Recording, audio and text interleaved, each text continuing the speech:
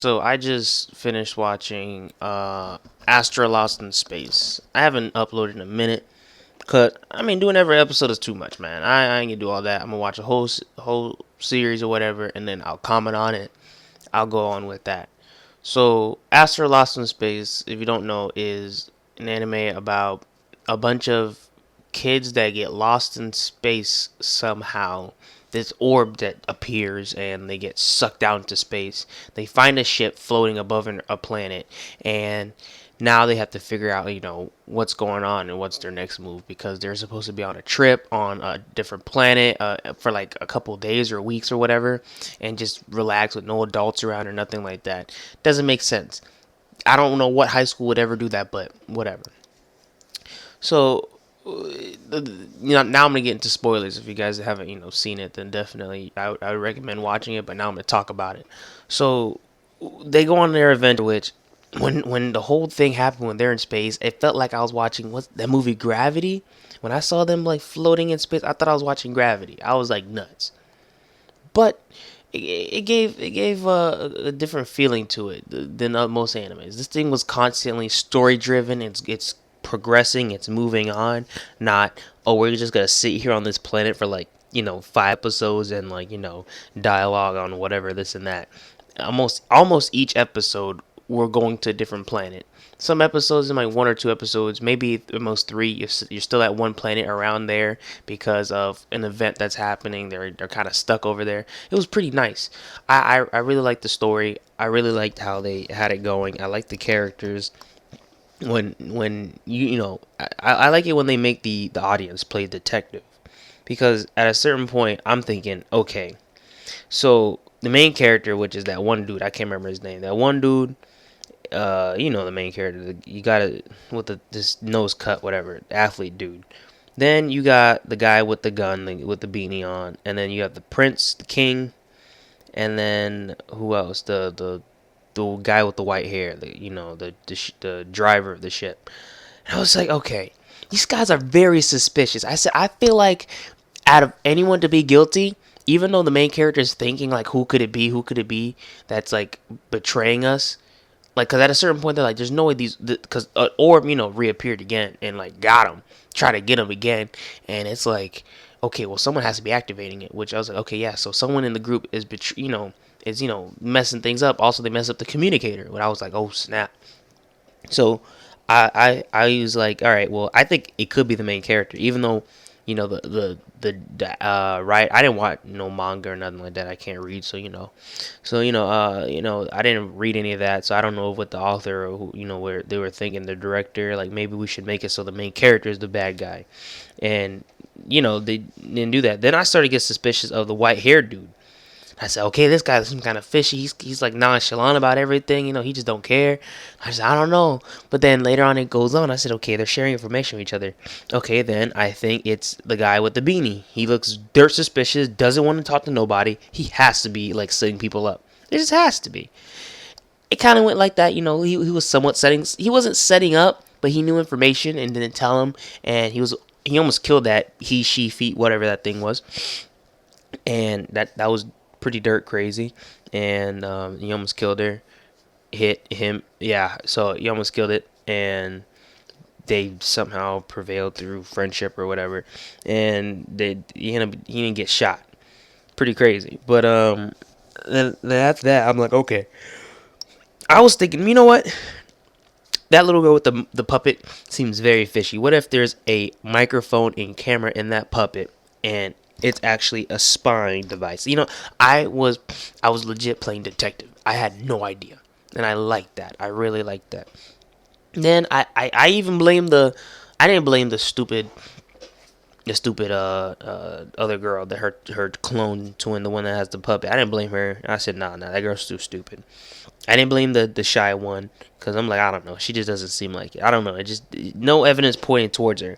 But I did think of, was it Eris? I think I did. Eris was suspicious. I said, you know what? She's a little too happy-go-lucky. She remembers everything. She's kind of nonchalant. I said, I don't know. At that point, everybody's a victim. I'm like, framing everybody at this point. I said, it's Astra. It's everybody. Kanato, what do you call this man's name? I said, you know what? And then when it boiled down to it, I really felt like the guy with the beanie was the guy really betraying. And then it kind of point, it showed us to put our eyes towards him. Like, look, he still doesn't trust us, this and that. He just tried to kill someone. He's still suspicious. And then when they came to that scene where they set that guy up by telling him, hey, we're going to go do this. And that was, I was so thrown off. I was like, bro, we finna catch him. And then boom. Oh, they're like, fall back. Get to the ship now. And then they turned around, boom, the guy was sabotaging. It's like, oh, so you knew I was the enemy. I was like, what? Like, wait a minute. Like, this almost turned into a Death Note. Like, I don't know what was going on.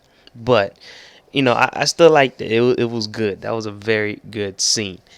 And let's see what else. What else was pretty good? It was a good one. The planets, how they each had different, like the way they worked, the ecosystem. It definitely was. I think it was like a movie like Interstellar or something like that. That reminded me of that.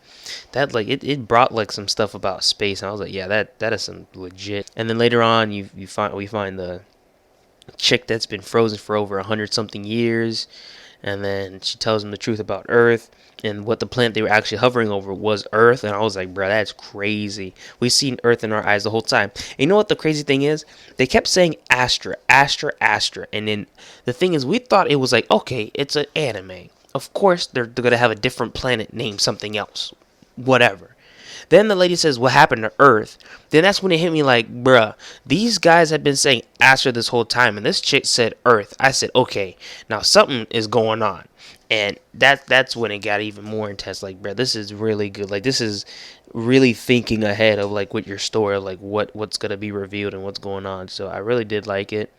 I don't know. I don't think they could have improved anything else. They did a good adventure. I thought some points were kind of stupid, cliches, kind of stuff like that. But that's with everything. It was stupid how he lost his arm. I was pissed how he lost his arm. I said, you know what?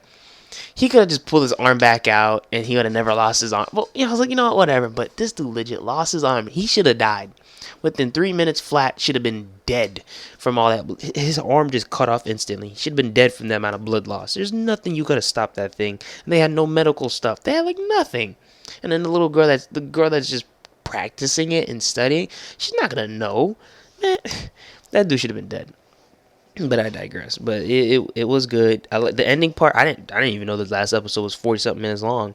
I'm sitting there. I'm like, nuts. This thing is still going.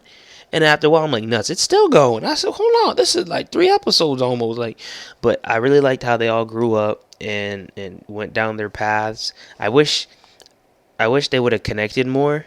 And like, in the anime would show us them like them, meeting up a lot of times. Because that'll be really awesome, them meeting up. It's cool that they actually did what they wanted to do. Go singing, journalist.